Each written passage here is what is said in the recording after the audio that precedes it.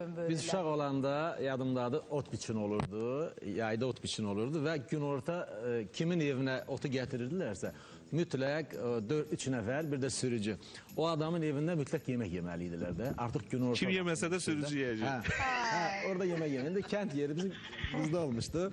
Şimdi Elnur demişler, şimdi külfətdir. Bu kim ki evine ot getirirler. Bunda külfətdir. Bir keçə kəsi, bir toyuq kəsi. Bunlar Hə də olsun həyətdən 2 Mesela beçə. bu sürücü bir 3 nəfərdə bu ot yığan, bunlar otururlar yemək yeməyə. Bu ev yəsə də rəhmətli də o tərəfdə oturur, əlini belə qoyur, qapının ağzında oturur. Birdən bu yemək yeyəndə bu sürücü yerə nəsə salırdı.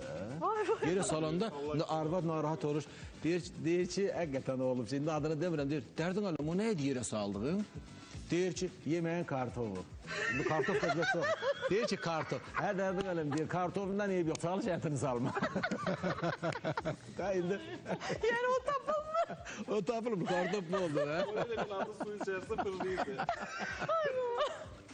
Ay ay. Bu uşaqlarda onlar görmüş. Həqiqətən.